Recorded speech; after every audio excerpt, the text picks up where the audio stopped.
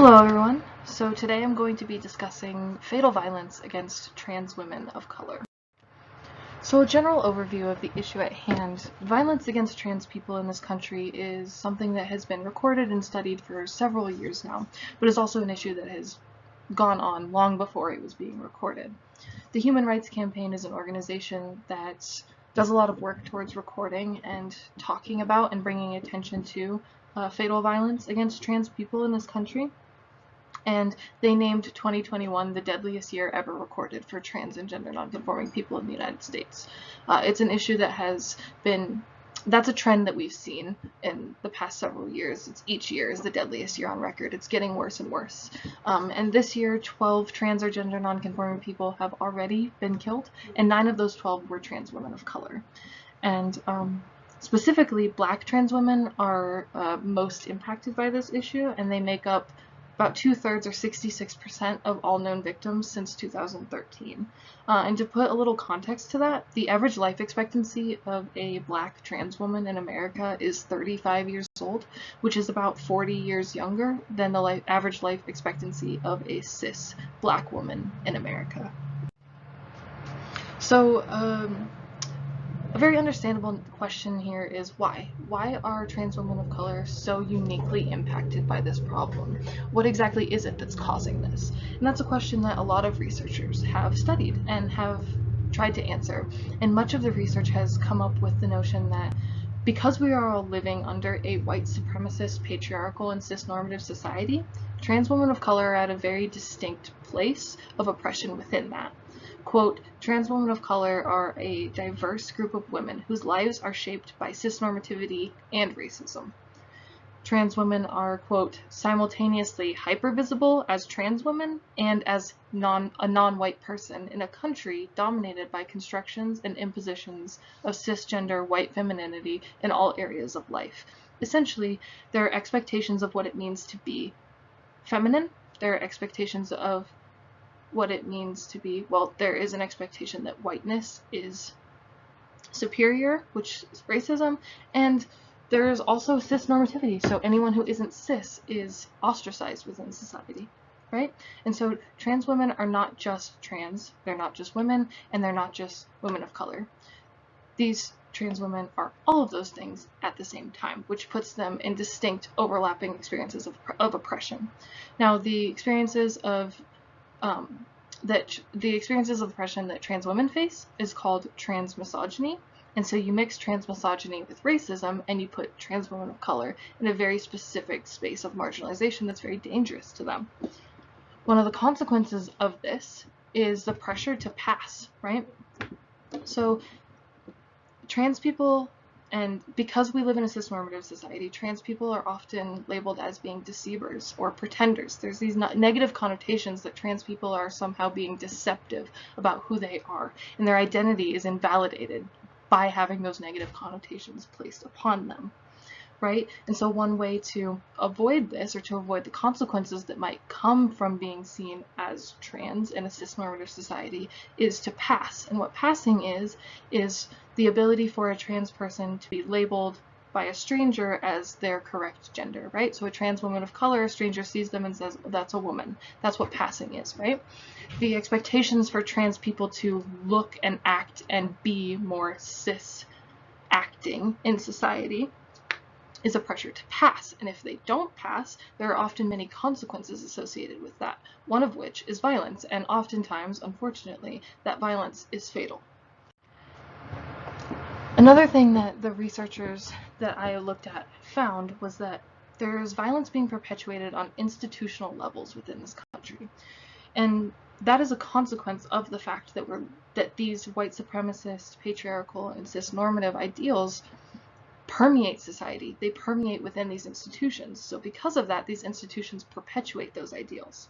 Quote, as more time passes without upstream systemic reforms across multi-sectors of society, including not just medical, but also legal, social, and environmental policy reforms, the social positions of trans women become increasingly burdened by interlocking oppressions and further inequity.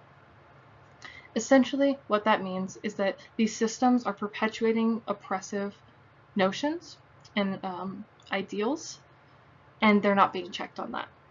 And an example of this is that in the United States, 27 states, quote, have no explicit statewide laws prohibiting discrimination based on sexual orientation or gender identity.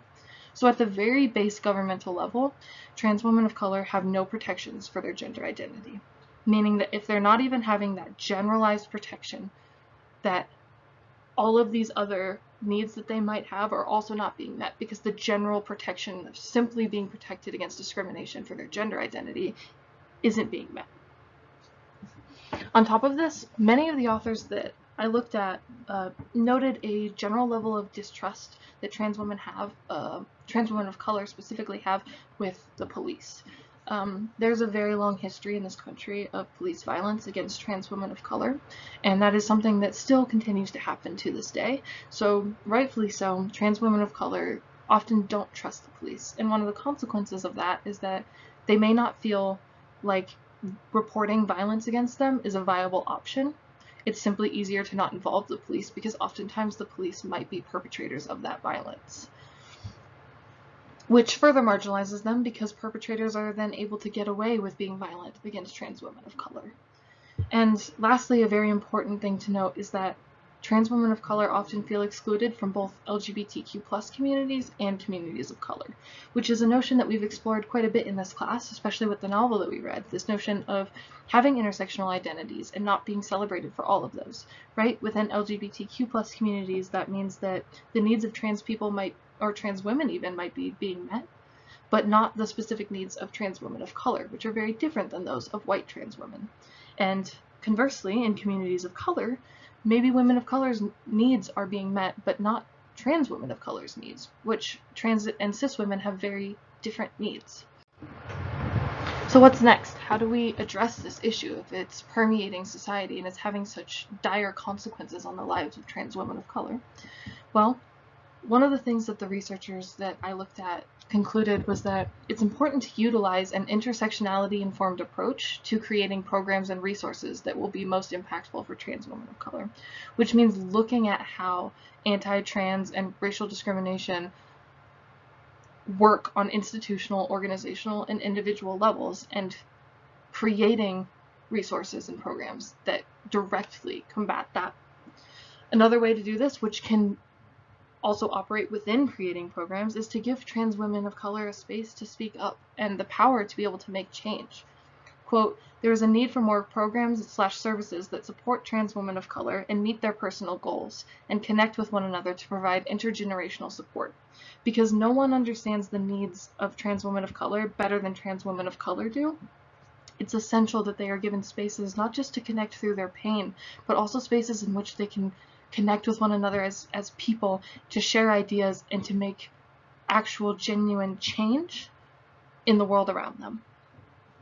On top of this, going back to the needs of having these intersectional identities, we need to have communities and cultures that celebrate trans women of color for all facets of their identity, where they're seen as the whole of who they are and celebrated for that.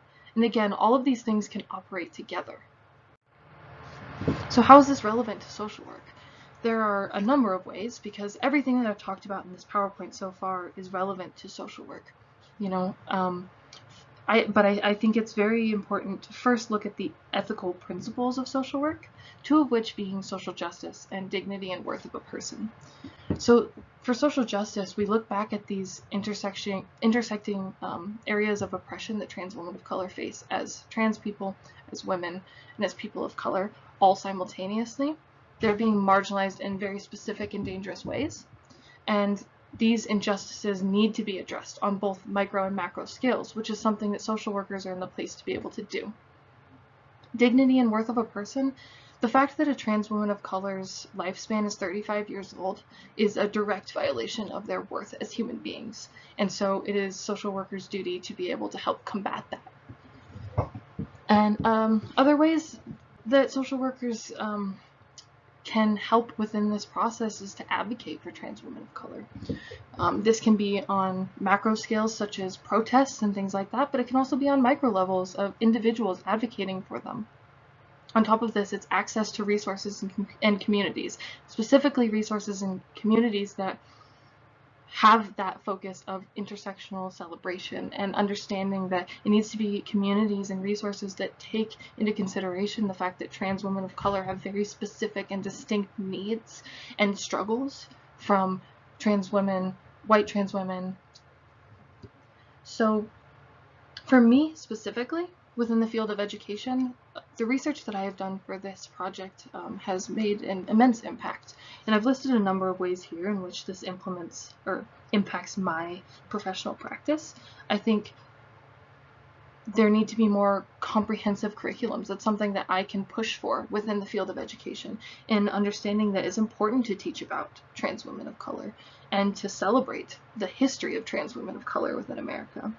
This also looks like equity education for both faculty and students, because it's equally as important for the faculty to be taught about these things as well, and to understand how they may be perpetuating these systems of oppression that are extremely harmful to trans women of color. This also means inclusion of safe spaces like GSAs for trans women of color within schools, for these students to be able to have faculty to go to trust, and to be able to educate one another and to educate the rest of the people within their schools. This also means protections for trans employees and employees of color, so that these people can have more stable careers and a space within their career where they're not being marginalized even further, and also so that young trans women of color can see trans women of color in schools, because having these protections for trans employees and employees of color will invite more trans women of color to become faculty within school systems and to help teach this history, so that it's not just being taught by cis white people. And lastly, I think it will influence the interpersonal interactions that I have, specifically with trans women of color within the field of education, because I have such a deeper understanding of how I need to be consciously implementing the intersections of racism, white supremacy, and misogyny, and cisnormativity into what I'm doing, and to how I'm discussing this, and how I need to specifically look at all of the needs of trans women of color, and not just hyper-generalize for what trans women might need or what women of color might need. Especially right now, as the livelihood of trans people across this country is under attack, I think it's important more than ever for all of us, and especially us as social workers, to really hone in on this problem and to make substantial change, so that hopefully one day the lifespan of trans women of color will be significantly longer than 35 years old. Thank you all so much.